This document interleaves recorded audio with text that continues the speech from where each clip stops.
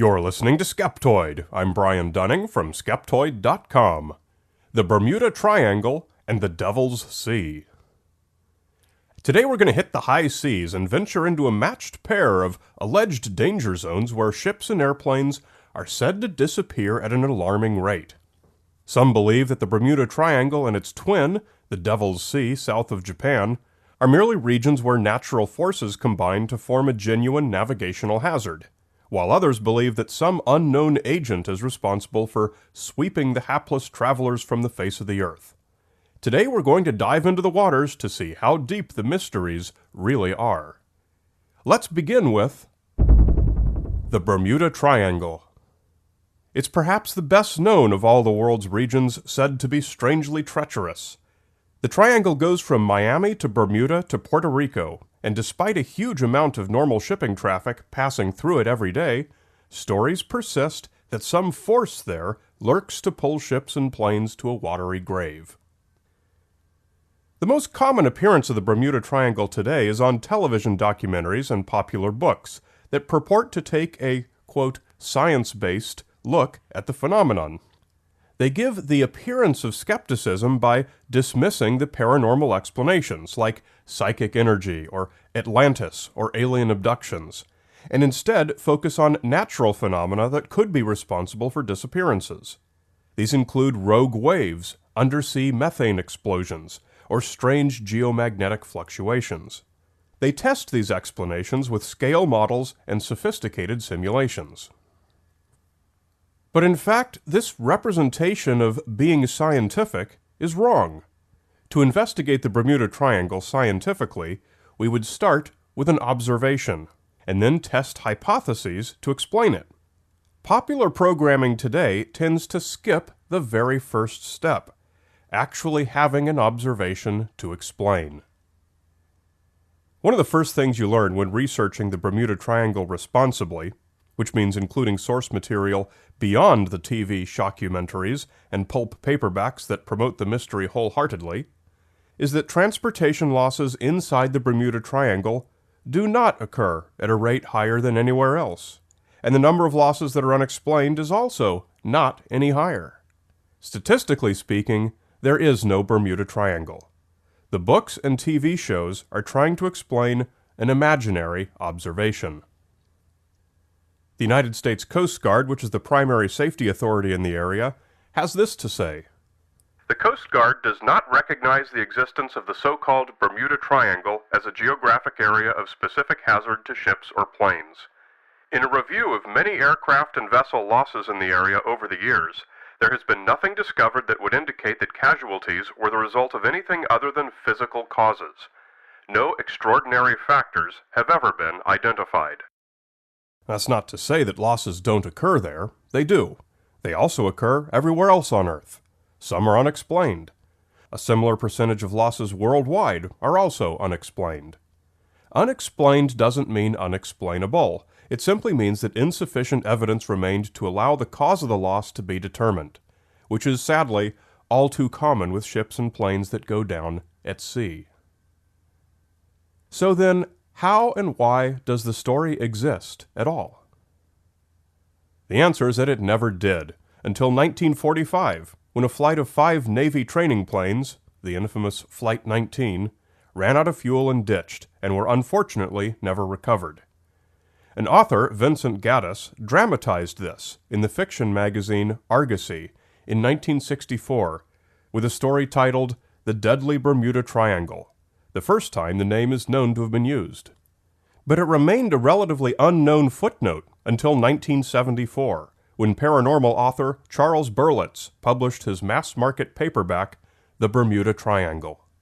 It was the perfect book for the New Age movement of the 1970s, and quite suddenly the triangle became a giant fixture in urban legendary. It fell to a skeptical researcher, Larry Cush, to attempt to debunk Berlitz's assault on the public intellect, which he did most thoroughly with his book published the following year, titled The Bermuda Triangle Solved. Unfortunately, as we see so often, the market took little interest in the humdrum assertion that something amazing and paranormal did not in fact exist, and it was Berlitz's version that has remained the icon of the story.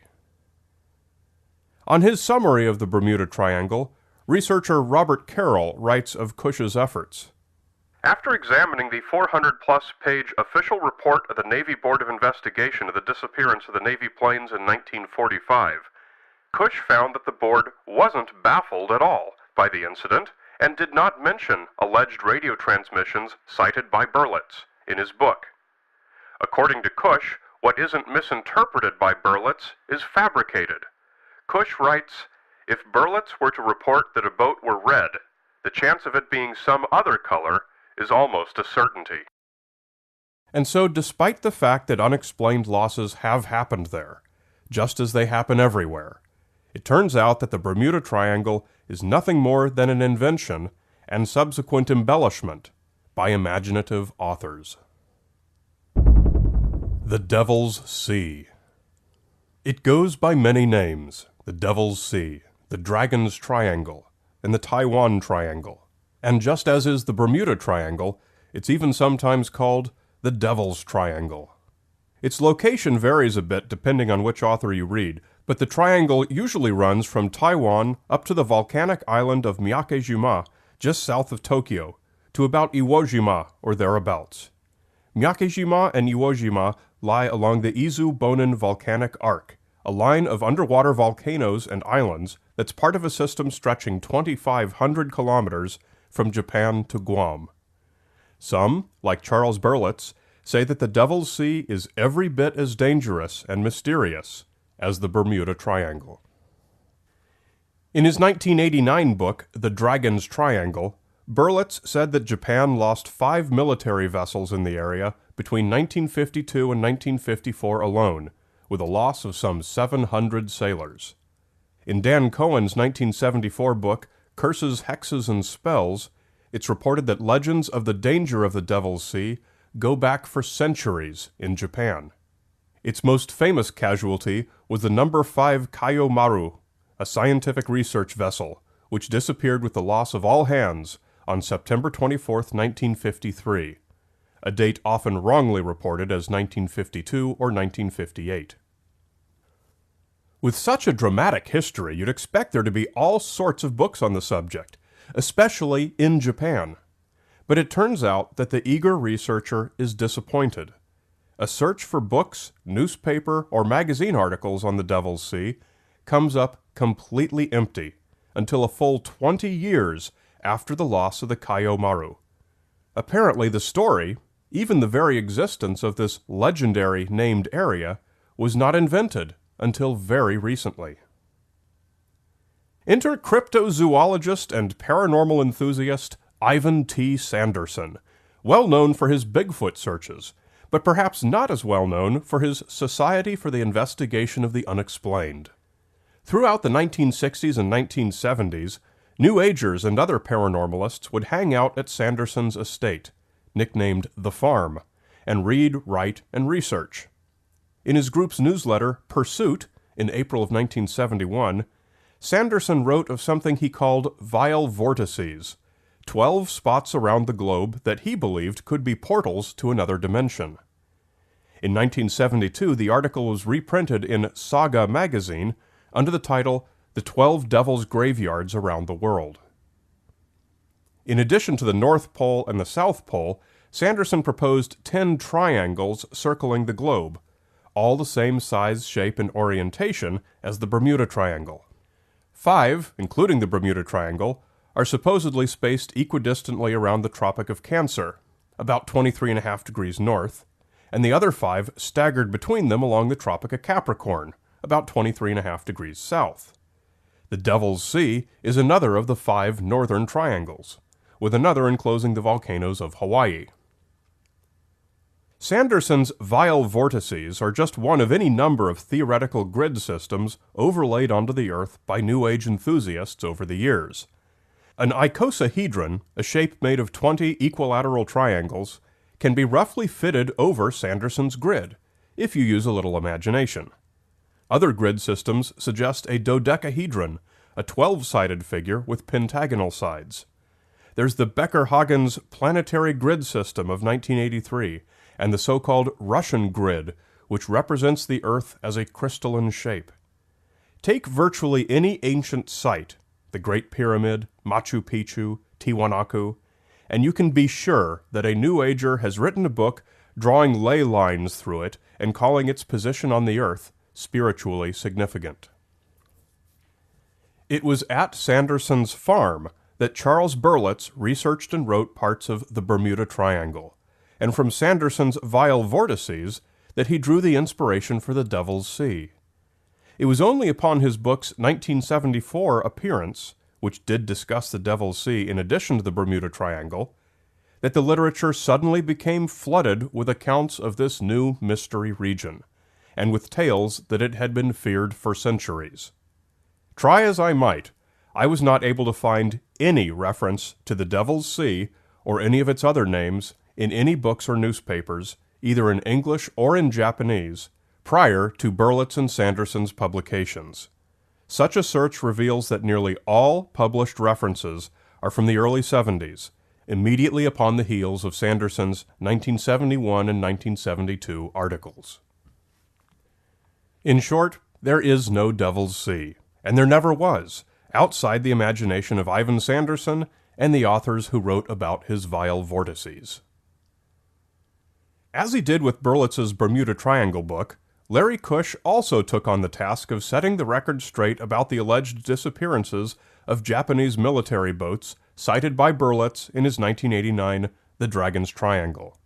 Cush did find that what Berlitz had called military vessels were actually fishing boats, and they'd been lost at the same rate that fishing boats have always been lost, in and around Japan, whether they were inside Sanderson's vortex or not. Deep-sea fishing has always been dangerous, and sometimes fishing boats sink. No mystery needed. It turns out that the 1953 loss of the No. 5 Kayu Maru was not mysterious either.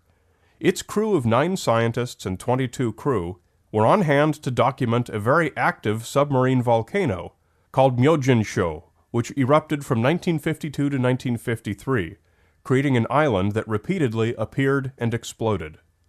The boat was simply at the wrong place at the wrong time, and was destroyed by volcanic ejecta, creating something of a national tragedy. Debris from the ship was later found, proving that it had not gone to some alternate dimension in some author's mind. And so we find that most popular attempts to solve the Bermuda Triangle and Devil's Sea mysteries are mere fool's gold. They are searches for answers to a question that is made up, and has none. As with so many mysteries we examine here on Skeptoid, the actual discovery is to look past the fictional questions posed by the marketers, and instead understand the reasons why the legend exists at all, and how it came to be such a phenomenon. Finding the right answer is not always as important as asking the right question. Want me to come to you? Skeptoid has fun live shows for schools, for companies, and every group in between. Come to Skeptoid.com and click on Live Shows to schedule one today. You're listening to Skeptoid. I'm Brian Dunning from Skeptoid.com.